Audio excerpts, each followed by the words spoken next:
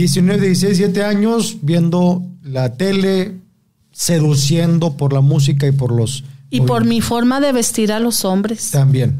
Sí. En este caso, el novio que te insistió mucho, bye. Duré 2 años con él, o sea, fue una... ¿Y por qué terminaron? Porque, pues sí, o sea, realmente yo consentí con él al final algo malo. O sea, y fue a raíz... Es que no puedo decirlo porque son cosas familiares. Ok, de acuerdo. No pudiera decirlo, pero No. yo empecé a consentir con él y él empezó a tratarme mal. Y se buscó... O sea, Consentir, perdón por la pregunta, es tener intimidad. Sí. Ok. Fue tu primer hombre en tu vida. Sí. Ok, ¿luego? Entonces, él ya después, pues como era un hombre loco que no tenía, andaba con una, con otra y todo. Una vez una muchacha, yo creo que andaba detrás de él, se metió a su cuarto y el caso es que, pues, dice que le tendieron una trampa, que llegó su familia y estaba la muchacha con él en su cuarto. Dijeron, ¿saben que se tienen que casar? Ok. Dice, porque esto no está bien. El caso es que ya andaba ahí la familia de ella. Yo no sé, a mí eso me contó él. Te platicaron, él se casó porque lo cacharon con otra chava en su cuarto. En su cuarto. Y por eso terminaron. Terminaron. Y a mí me dijo, no, tú vas a andar de hombre en hombre, pero nada más te quieren para eso. Así me ¿Te dijo eso? Sí, me dijo, tú no vas a progresar en esta vida, tú vas a andar como rodando. Así me dijo. Qué mala Como onda. que me echó, aparte de como era así, me echó como según él, una salación. Según él. Pero pues no andas rodando por la vida, no estás rodando por la vida, ¿estás de acuerdo? No, porque depende de uno. Claro. Si uno se deja que lo pisoteen, si uno se deja caer, ahí va a quedar. Pero si uno lucha, uno se esfuerza y uno se da su lugar, Dios, y sobre todo con Dios, de la mano de Dios, porque dice Jesús, sin mí nada pueden hacer. Claro. Sin mí nada pueden hacer. Y luego, después de este hombre, quiero entender que tuviste tu duelo, te deprimiste. Tenía otro pretendiente, luego, qué bueno. luego, Dijiste, como él andaba con otra, pues ya andaba yo con él de también. la mano. Le dije, una vez nos encontramos, y dije, mira con quién ando. O sea, no te duró mucho. Pero yo con él no tuve nada que ver. Con el otro, segundo. Con el segundo no tuve Ok. nada que ver. Pero sí pasaba. Pero fue como el clavo que sacó otro clavo. Exactamente. ¿Y le cuánto digo. duraste con este muchacho? Con él nada más duré como 1 año. Me trataba bien, pero era muy tacaño. No, me hombre. decía, es que no quiero que me quieras por interés. Una vez dije, ¿sabes qué? Tengo ganas de un helado. Y ya metí mi mano en la bolsa y me compré el helado. No, ¿cómo crees? Es que no te había invitado porque no quería que me quisieras por interés. Oiga.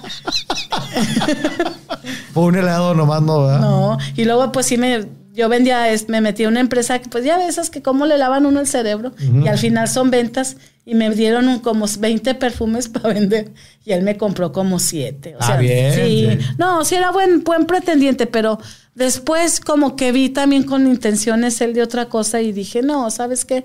Yo ahorita quiero paz, yo voy a estudiar mi carrera. O sea, como que él ya también quería intimidad conmigo. Dije, no. Todavía no. No, dije, no. Le dije, yo ya ahorita quiero estudiar. Yo ya, de novios, ya. Bye. Uh-huh. Ya, y ya estuve en la carrera, me metí economía. Y pues ahí estuvo mi de compañero, el que fue mi esposo. Y él también ya me pretendía desde la carrera. Pero yo le dije, Ya ¿sabes? en economía, no en contabilidad. En economía. En economía, bien. En contabilidad tenía de novio a él. Ok. Y acá en economía, el señor, el muchacho, ¿ya fue económico también? Estuvo de compañero conmigo. ¿Y él, a mí me revalidaron 1 año y entré en 3er semestre. Uh-huh. Y él pues siempre anduvo detrás de mí, pero le dije, ¿sabes qué? Yo me prometí que yo no voy a tener novio. Hasta que acabe la carrera. Hasta que acabe la carrera. ¿Y aguantó? Sí. Ok. Sí. Pero pues la historia es larga. De cuenta que yo ya, cuando salí de la carrera dije, no, yo me voy a consagrar a Dios. Yo ya me había enamorado de Jesús. Yo le dije que él era mi novio. Y le estuve orando todos los días. Iba a la iglesia hasta 40 días. Duré 40, 50 días yendo diario, hasta 2-3 horas. Y los que iban ahí se sorprendían de mí. ¿Cómo dura orando? Ni nosotros aguantamos tanto. Uh-huh. Señorita, ¿cómo ora tanto? Le dije, es que yo amo, o sea, yo lo hacía por amor. Y a veces sí me quedaba dormida, pero oraba hincada. Uh-huh. Yo, de hecho, ahorita ya no me puedo hincar mis rodillas. Ya no dan. Ya no dan, pero duraba hincada orando mucho rato. Y ya después, pues yo le dije que yo quería ser su novia. Pero después, como les dije, la carne y el mundo me volvieron a jalar. Pasé por una depresión, sobre todo por la gula, por andar comiendo. Pues como yo ya ganaba mi dinero. Es que de niña mi mamá nos limitó mucho. Ya. Eso sí, nos hacía muy rico de comer, muy nutritivo. Nosotros nunca probamos refresco de niñas. Pero, por ejemplo, nieves, chocolates, nada más el domingo nos compraba un dulcecito. Okay. Y cuando yo empecé a trabajar, dije, ahora sí tengo dinero. Porque a mi mamá le encantaba comerse una nieve de tuki tuki de yogur con chocolate y a nosotros nomás nos daba una puntita. Ya. Y yo dije, y ahora yo con dinero, pues voy al tuki tuki, voy aquí, voy allá, y yo me empecé por la gula. Entonces, la gula lleva a la depresión. Ok. Yo pensé que había sido al revés. O sea, por depresión estabas comiendo, ¿no? O sea, estuviste comiendo por una cuestión de un trauma de chiquita. Dijiste, ahorita me da el gusto que no me di cuando estaba pequeña. Sí. Engordé. Y es donde viene la depresión. Sí, y empecé como que el diablo me decía que yo ya no valía nada, etcétera. Tú sola empezaste a decir, y yo ya me sentía que no era digna, que ya no era esposa de Cristo. Por tener sobrepeso. Ajá.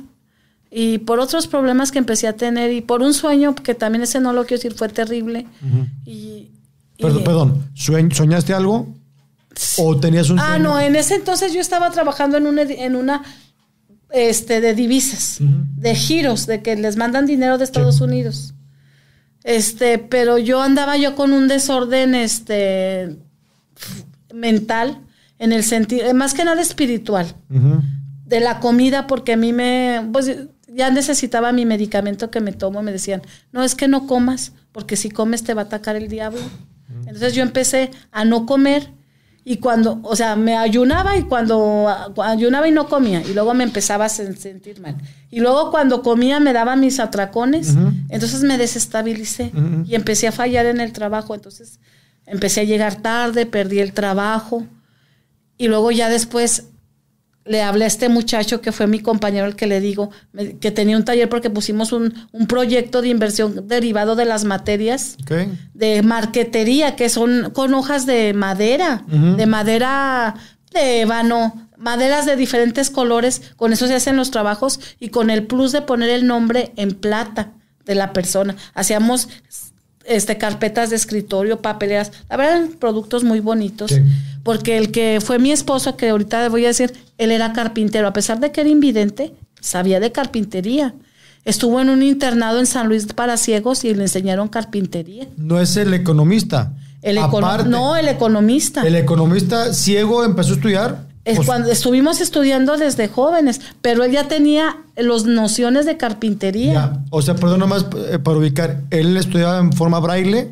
Sí, estudiaba en braille y yo le ayudaba. Haga de cuenta que yo le grababa todo lo de los libros, porque pues los libros no estaban en braille. Le grababa todas las materias o las tareas, y él me grababa en su grabadorcita, y él tomaba apuntes en braille.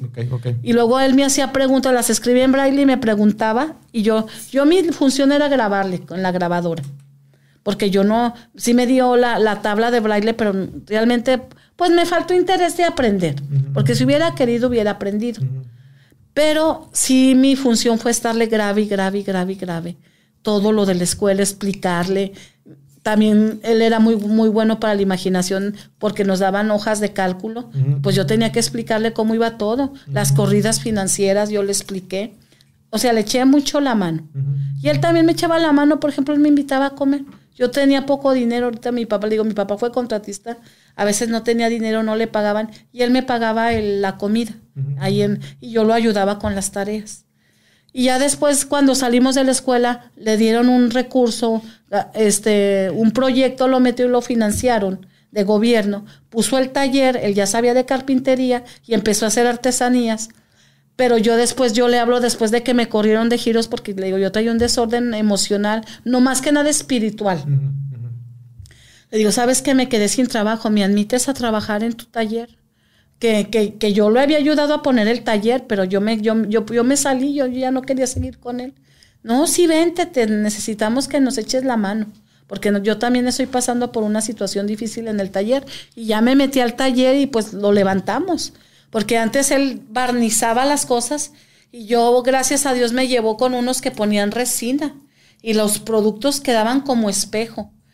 No, la plata que le ponía, pues batallaba para la plata, le ponían con alambre los nombres. No, yo ya conseguí un señor que laminaba la plata y luego ya la plata se cortaba con ceguetitas especiales y letra por letra se incrustaban. O sea, los productos nos compraron magistrados, diputados, doctores. Okay.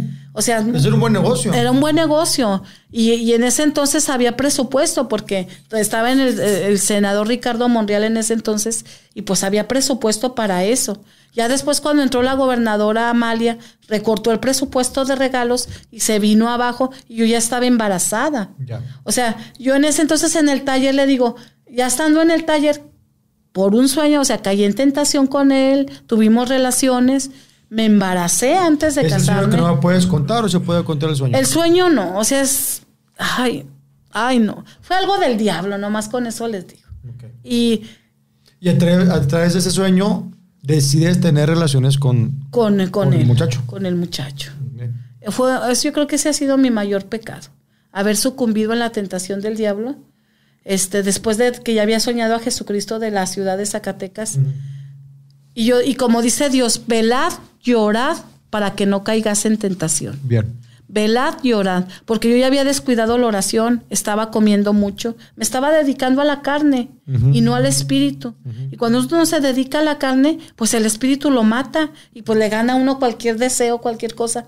Pero claro, yo no quiero decir que me arrepentí de haberlo conocido porque tuve 2 hijos. Y yo cuando supe que estaba embarazada, o sea, fue la noticia más grande de mi vida. ¿Se casaron? Sí, nos casamos a la iglesia después de 1 año de estar viviendo juntos. Ok, ya con el bebé. Todavía me casé esperando, o sea, okay. al mes y medio tuve el bebé. O sea, a los 8 meses de gestación te casaste con el muchacho este. Sí. Ok. Y me casé a la iglesia. O sea, de hecho yo no quería casarme porque yo ya sentía como que no me amaba, porque él sí me rogó mucho en la escuela, pero después de que lo dejé en el taller, yo me fui a Giros, él conoció a una muchacha en otro lado y se enamoró de ella. Entonces en su corazón ya había otra mujer. Y ya a mí ya me trataba así. Pero de todas maneras me rogó mucho para que me casara con él. Dijo. Cuando recibes la noticia de embarazada, ¿qué sentiste? Ay, de hecho, fuimos los dos. Me fueron a hacer estudios a un laboratorio. Dije, estoy embarazada. Y yo vi que él también le pareció bien. O sea, él decía, no, pues sí, porque su papá de él nada más tenía 2 nietos. Entonces, tiene otro hermano con su cuñada que se casó y no pudieron tener hijos. Okay. Entonces, pues a él le cayó de maravilla que yo estuviera embarazada. Pero quería a mi hijo, pero a mí no me quería. Okay. De hecho, yo ya no estaba tan bonita como cuando me conoció, que estaba delgadita y etcétera. Entonces, yo empecé a sentir cierto como... Rechazo. Okay. Pero dijo, no, sí hay que casarnos. Y a él le convenía también porque pues le había levantado el taller. O sea, el taller estaba muy bien. Ya. Y hoy tienes tu segundo hijo estando casada con él. Con él. ¿Por qué se separaron o se divorciaron? Porque era un infierno. ¿Sí? Le digo, para empezar, no había amor ya de parte de él hacia mí. Él siempre hacía lo que sus papás decían. A veces nos sentábamos a desayunar. A mí me gusta mucho platicar. Sea con mi compañera, por ejemplo, ahorita con mi manager platicamos mucho. Sea con quien sea, a mí me gusta conversar y a mí me gustaba conversar con él. Y apenas estábamos tomando el cafecito, el desayuno. ¡Hijo! Con unos gritotes el papá. No nos dejaba ni desayunar. Los domingos me dormían a mis hijos, no sé qué sustancia les daban. Se quedaban dormidos con tal de que no me acompañaran a mi Sammy. Y hasta me decían, no vayan a esa iglesia, vayan a tal. Hasta teníamos que ir a la iglesia que nos decían los suegros. Dije, ¿qué estoy haciendo aquí? Tú decidiste entonces dejar todo. Un día, y luego estaba entre dejarlo y entre víctima. Ay, es mi cruz. Porque yo pues siempre he agarrado la Biblia. A veces, como digo, a veces agarra uno la Biblia y según uno sí se posesiona, pero también es desobediente en otras cosas. Dije, es que es mi cruz, él es mi esposo, está casado a la iglesia. Yo voy a morir con él o yo voy a quedar casada con él.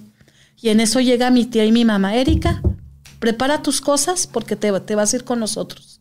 Mi tía y mi mamá llegaron, barrieron. Yo haz tus maletas, llévate lo que te puedas llevar, vámonos. Porque sabían que era un infierno lo que estabas viviendo ahí con Sí, y yo decía, no, es que es mi cruz, es que es mi matrimonio. Agarra tus cosas. Llegó mi tía como si fuera un gendarme. Ni siquiera me dejó hablar. Agarra tus cosas y vámonos. Y ya me fui a la casa y me llevé a mis hijos.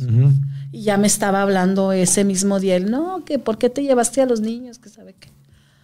Y mi plan era pues arreglarlo con un abogado y que me dieran la custodia y que él me diera pensión. Pero estas personas son funcionarios. Son funcionarios, claro que hasta Derechos Humanos me dio la espalda. Se fueron con ellos y me ganaron la custodia. Yo tuve a mis hijos 1 año, 3 meses, pero pagaron una abogada, o sea, para que me siguiera desde que me levantaba, a ver qué error cometía con mis hijos en la calle. Si andaban limpios, si se ensuciaban, si hacían, para tomar fotos y dar evidencias. Y me los quitaron. Un día llegaron a mi casa, me rentaron una casa, y ya rentando llegó una del CABIS, que según ella que apoya a la mujer, puras mentiras. Llegó con la policía me agarró de las manos, me esposó y me lastimó, no nomás me esposó, mis brazos quedaron muy lastimados y sacaron a mis hijos, como si fuera yo una delincuente. ¿Qué edad tenían tus hijos en ese momento? 4 y 3 años. Chiquitos. Sí.